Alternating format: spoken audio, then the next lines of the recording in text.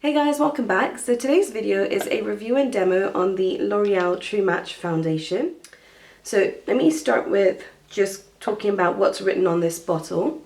On the front it just says True Match Super Blendable Foundation, perfectly matches skin, color and texture.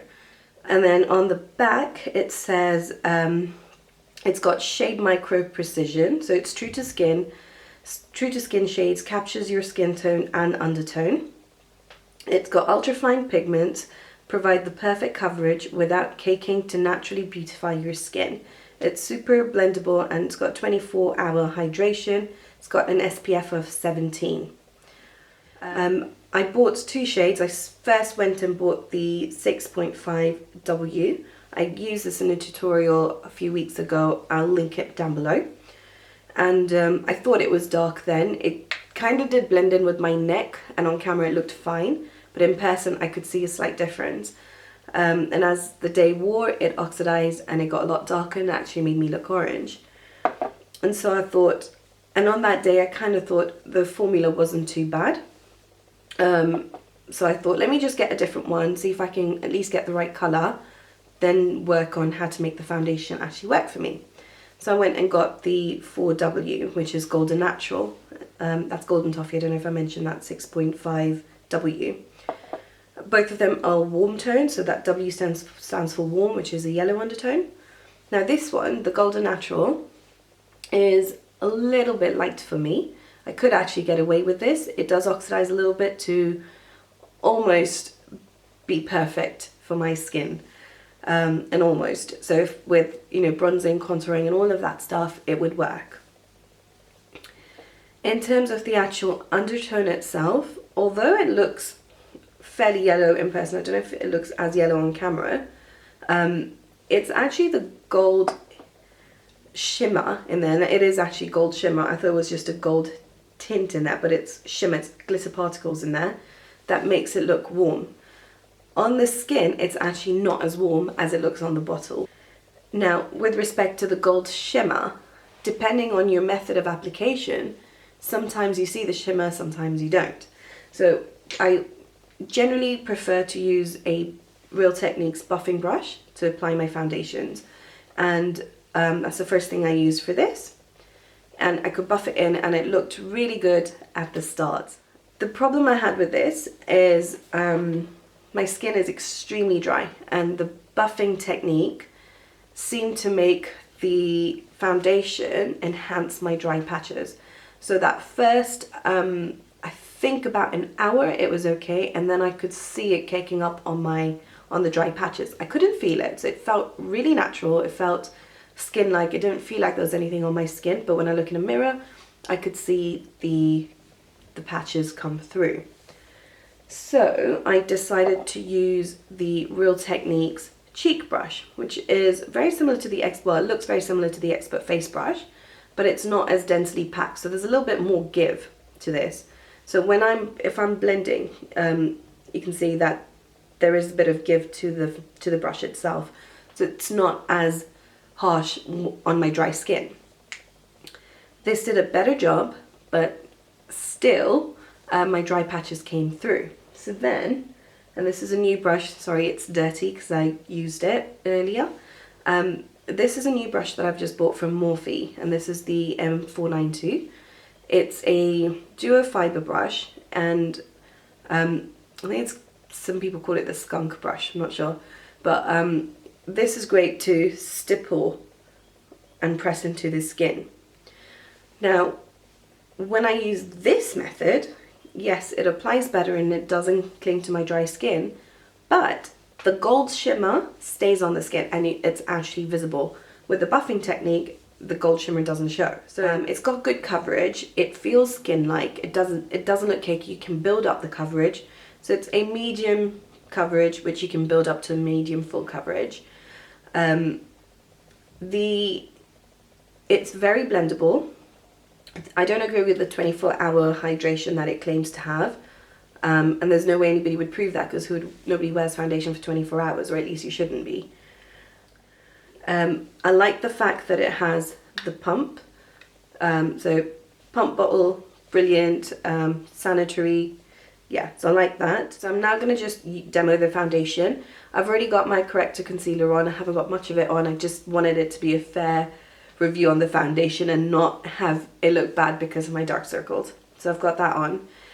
What I do is actually take a pump of this and a pump of this, and on the center part of my face I only use the 4W, and then on the outer perimeters I use a mixture of the two. So I'm going to use the Morphe brush. First, just dipping it into the 4W, and I'm going to stipple this on.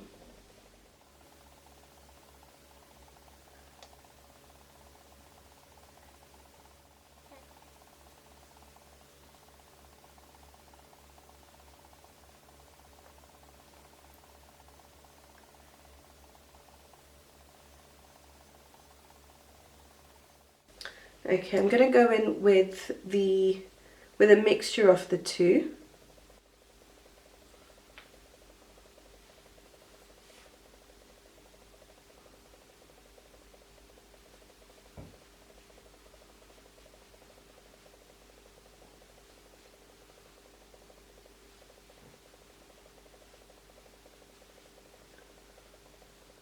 And up here on my forehead I put very little.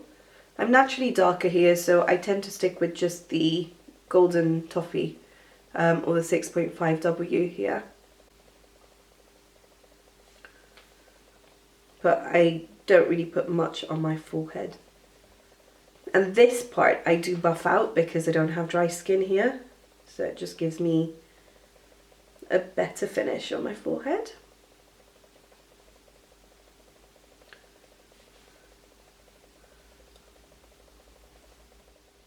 So I'm starting with the 4W.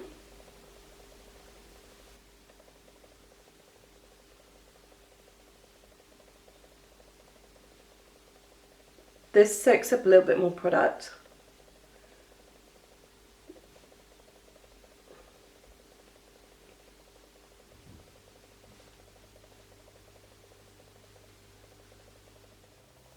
Okay, and then going in with the mixture.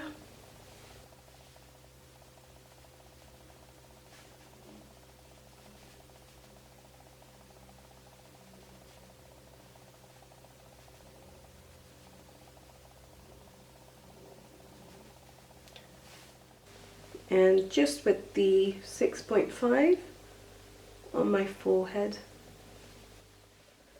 So you can see with this brush, with the Morphe brush, I've got a lot more coverage under my eye, and it's covered my freckles and that more than on this side. So let me just put a little bit more on this side and see if it does the job.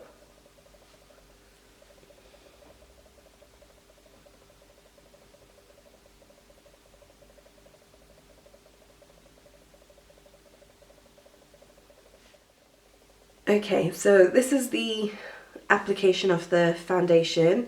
The Morphe brush gave a little bit more coverage because it doesn't absorb as much product as the Real Techniques brush. The Real Techniques brush has made it look more natural. I can see a little bit of the foundation on top of my skin, whereas I can't see it on this side. But that will absorb into my skin in a little bit, so it may actually just even out.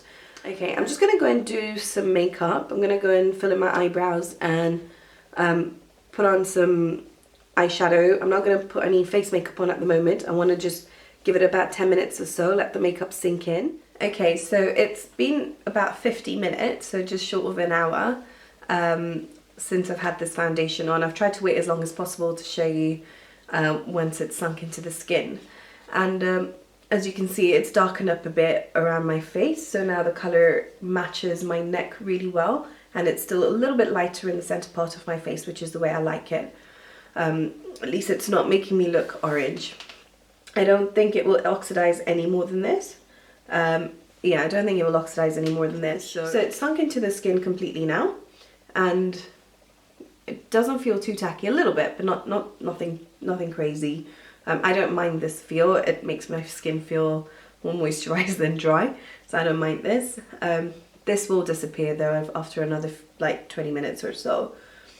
Although I would prefer for it to have a slightly more yellow undertone, I think that's just me and my skin with with a really strong yellow undertone.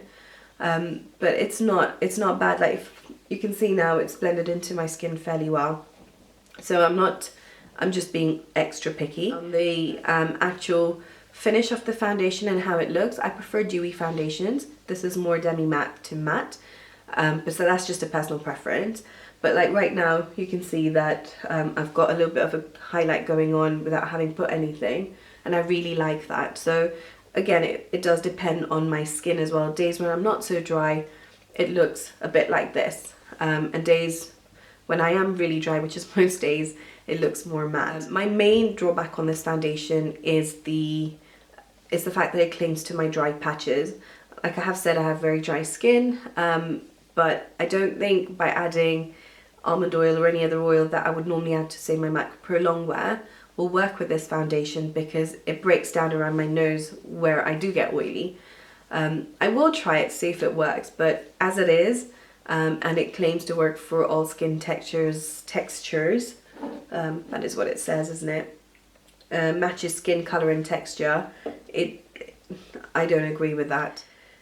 What I don't like about it is that it flashes back so much, but that also means that I would wear it during the day and when I'm not being photographed. Overall, it is positive for me. I wouldn't buy it again because of my skin type, but it's not something that I wouldn't recommend to others based on their skin type. So if you're very dry, I would say probably try a different foundation. But for normal skin type, normal to slightly dry skin, normal to oily skin, and oily skin, provided you prime your skin and you powder the foundation after, I'm sure you'll like this foundation. If you're able to buff the foundation in, you won't see the gold shimmer. So again, that's a bonus that you'll have if you've not got very dry skin. For me, again, because of my dry skin, I can't really buff in the product because it enhances my dry skin, and so I can see the shimmer, but I can see it when I hold the mirror really closely and not at a normal like arm's length distance. So somebody looking at me wouldn't be able to see the shimmer, but because I know it's there and I can see it, it bothers me. But again, because I know nobody else can see it, I would continue to wear the foundation.